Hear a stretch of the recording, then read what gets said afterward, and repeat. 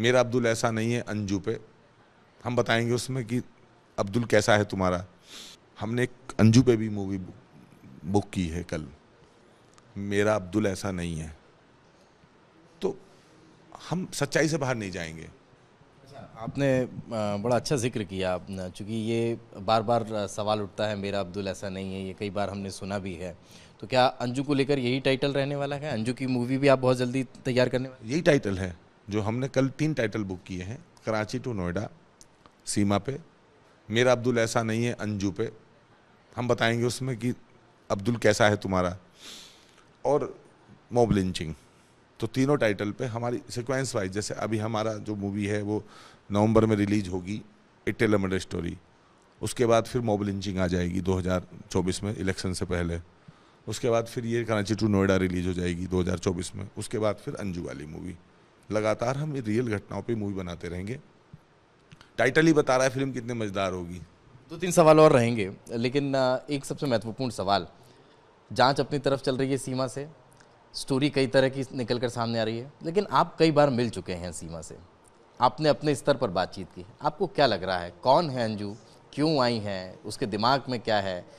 5वीं पास लड़की इतनी फ्लुएंट इंग्लिश भी बोल लेती है, हिंदी भी बोल लेती है। एक प्रोड्यूसर डायरेक्टर के दिमाग से, नज़रों से आपको क्या लग रहा है, कौन है आखिर सीमा? जब मैं गया तो मुझे लगा कि बिल्कुल एकदम कोई पाकिस्तान के लोगों से मेरी बहुत बात हुई है। पाकिस्तान के लोग मेरे बहुत दोस्त हैं, पाकिस्तान में मेरी बहुत बात हुई है, पीओके में बहुत बात हुई है। तो उनकी जो लैंग्वेज है, जो उसका पुट है, वो अलग है एकदम। हमारे यहाँ जो मुस्लिम हैं जो बोलते हैं ऐसा वो नहीं बोलते, उनका पुट कश्मीरी उसमें आती है। तो मुझे लगा जब मैं सीमा से बात करूंगा जाके तो मुझे लगेगा मैं किसी कश्मीरी मुस्लिम लड़की से बात कर रहा हूँ, बहुत टिपिकल टाइप की सिंधी लड़की से बात कर रहा हूँ, पाकिस्तानी से बात कर रहा हूँ। और वो जाते ही कहेगी अस्सलाम वालेकुम, मैं भाईजान, मैं कहूँगा वालेकुम अस्सलाम। उसने जाते ही जय श्री राम कह के मेरे पैर छुए, मैंने उसे भगवा सोल पहनाया। उसकी भाषा में, बोली में, उसकी ज़बान में, तलफ़ुज़ में उसके कहीं उर्दू नहीं है, कहीं पाकिस्तानी लैंग्वेज नहीं है। मुझे तो लगा ही नहीं वो पाकिस्तानी है, मुझे लगा हमारे यहाँ की बेटी है। ऐसा तो नहीं कि वहाँ गई हो रहने के लिए फिर आ गई हो उधर वापस दोबारा। इसको क्या आप ओटीटी पे रिलीज़ करने वाले हैं, या फिर बड़े पर्दे पर जिस तरह से बाकी फिल्में होती हैं उसकी तैयारी है? मॉब लिंचिंग जो हमारी वेब सीरीज है सिर्फ वो ओटीटी पे जाएगी। ये जितनी मूवीज़ हैं, फीचर फिल्म्स हैं, ये सब थिएटर के लिए हैं। हाँ, जब थिएटर से 1-2 महीने बाद उतरेंगी, 3 महीने बाद उतरेंगी, उसके बाद तो फिर ओटीटी पे जाएंगी ही, ताकि सबको उपलब्ध रहे। अंतिम सवाल, उम्मीद कितनी है आपको? सीमा जो आप नाम लेकर आ रहे हैं फिल्म का, कराची टू नोएडा, उससे बहुत ज़्यादा उम्मीद है? मॉब लिंचिंग से बहुत ज़्यादा उम्मीद है? या फिर अंजू को लेकर जो मूवी बनाने जा रहे हैं उससे बहुत ज़्यादा उम्मीद है? सबसे ज़्यादा उम्मीद आपको किस टॉपिक से ले? सबसे ज़्यादा उम्मीद मुझे जो है वो सीक्वेंस वाइज 2023 में मेरी सुपर डुपर हिट फिल्म जो जाएगी, जो धमाल मचाएगी, वो है ए टेलर मर्डर स्टोरी, जिसमें ज्ञानव्यापी का पूरा विवाद है, नुपुर शर्मा का बयान है, जिसमें मस्जिद है, जिसमें फुवारा है, वजू खाना है, कहने लाल साहू, सरतन से जुदा के नारे हैं। वो मूवी 2023 में आ रही है, राजस्थान चुनाव से पहले, लोकसभा चुनाव से पहले। और आज मैं पढ़ रहा था कि लोकसभा चुनाव का जो मुद्दा है वो राम नहीं है, लोकसभा चुनाव का मुद्दा है हर हर महादेव, ये नारा है।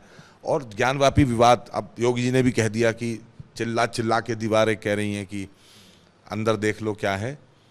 तो मैं समझता हूं कि जिस समय ये देश में नवंबर दिसंबर में पीक पे मुद्दा होगा, ज्ञानव्यापी, वजू खाना, शिवलिंग, ज्योतिर्लिंग, नंदी की प्रतीक्षा, जिस समय वहाँ राजस्थान में बहुत तेजी से लोग कन्हैयालाल को याद कर रहे होंगे, चूंकि अब चुनाव में मुख्य मुद्दा वही है, उस समय जब ये फिल्म आएगी तो मुझे लगता है पूरा देश एक बार देखना चाहेगा कि उस समय क्या हुआ था पिछले साल। फिर से रोना चाहेगा कन्हैयालाल साहू की हत्याकांड पे थिएटर में बैठ के। तो मैंने पूरे देश की जो भावनाएं हैं, जो सेंटिमेंट्स हैं, उनको संबल देने का काम किया है, उनको बल देने का काम किया, और उस चीज़ को महसूस करते हुए कि कैसा लगा था उस समय, जब अवाक रह गया था पूरा देश, जब पता चला कि दर्जी की हत्या हो गई, तो एकदम हक्का बक्का रह गया था, सांस ऊपर की ऊपर, नीचे की नीचे। मैं उस घटना को फिर से जीवंत करना चाहता हूँ ताकि लोग समझ सकें कि आखिर हम कहाँ खड़े हैं आज। आपको ऐसा नहीं लगता काफ़ी संवेदनशील मसलों को लेकर आप एक बार फिर मैदान में उतर रहे हैं? विवाद भी इस पर बहुत ज़्यादा होगा, कई चीज़ें निकल कर सामने आएंगी। मैं इस बात को आज तक नहीं समझ पाया कि फिल्म बनाने से विवाद कैसे होगा। हत्या से विवाद नहीं होता, हत्या कंट्रोवर्सी नहीं है, फिल्म बनाना कंट्रोवर्सी है। 72 हूरों पर सवाल खड़े हो गए, कश्मीर फाइल्स पर सवाल खड़े हो गए, ऐसे तो अनगिनत पिक्चर्स हैं। वही नाम आप लेकर के भी आ रहे हैं, ऐसी कई पिक्चर्स जिनका जिक्र अभी आप भी कर रहे हैं, चाहे मॉब लिंचिंग का जिक्र कर लीजिए, अभी जो एक और आप स्टोरी जिसका जिक्र कर रहे हैं, ये तमाम वही सवाल है जिस पर विवाद होगा। 72 हुरे तो फिक्शन हो सकता है, काल्पनिक हो सकता है, वीएफएक्स हो सकता है, क्या होगा मरने के बाद, लेकिन जो घटित हो चुका है वो घटना करना मुझे लगता है ज़्यादा कंट्रोवर्शियल है, ना कि उसको दिखाना। आज मैं बैठा था जब यहाँ पे, तो मुझसे किसी ने पूछा, जब मैं 4-5 दिन पहले बैठा था तो मुझसे किसी ने पूछा कि क्यों हिंदू मुसलमान में दंगा कराना चाहते हो, क्यों हिंदू मुसलमान को आपस में ऐसी मूवी बना के लड़ाना चाहते हो। तभी मुझे 2 घंटे बाद खबर आ गई कि नूह में हिंदुओं की यात्रा पे पथराव किया है एक वर्ग ने और बहुत आगजनी हुई है। मैंने कहा ये मैंने कराया है, ये तो मेरी मूवी भी नहीं आई। आज मुझसे कोई सवाल कर रहा था बैठ के इसी जगह पे कि क्यों माहौल ख़राब करना चाहते हो, तो मुझे मेरठ से एक खबर आई, जोमेटो बॉय सिर्फ इसलिए पीटा गया एक समुदाय विशेष के क्षेत्र में क्योंकि उसके गले में रुद्राक्ष की माला थी। तो मेरी फिल्म आ गई क्या?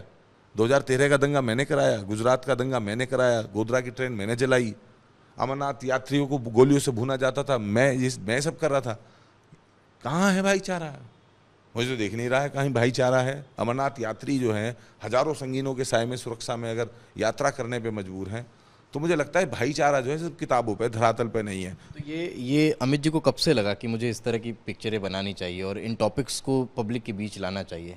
जब से मैं जेल से निकला, मैं समाजवादी पार्टी नामक एक जेल में था, 12 साल वहाँ रहा, कैदी की तरह बंधन में, हाथों में हथकड़ी, पैरों में बेड़ियाँ, मन पे अंकुश लगा था, पहरा था।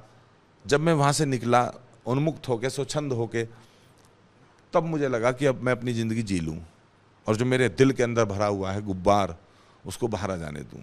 इसलिए मैंने उस दिन निर्णय लिया कि बॉलीवुड वाले 100 करोड़ कमाने के लिए फिल्म बनाते हैं, मैं 100 करोड़ को जगाने के लिए फिल्म बनाऊंगा। इसलिए मैंने जॉनर अपनाया। बहुत बहुत शुक्रिया हमसे बातचीत करने के लिए अमित जी। तो अमित जी ऐसे कई विषयों पर पिक्चर लेकर आ रखे हैं, मूवी लेकर आ रखे हैं, जिनका इंतज़ार शायद आप लोगों को भी होगा, लेकिन सबसे ज़्यादा अगर लोगों के करीब कोई टाइटल रहने वाला है तो वो यही रहने वाला है, कराची टू नोएडा, क्योंकि जितना फैन फॉलोइंग अभी सीमा को भारत में मिली है वो शायद अभी तक किसी को मिलती हुई नज़र नहीं आई है। इसीलिए अमित जी बहुत बहुत शुभकामनाएं आपको आपके इस टाइटल के लिए। इसी के साथ इस चर्चा को यहीं विराम देते हैं। विजय विवेक के साथ दीपेश्वर गले, रिपब्लिक भारत।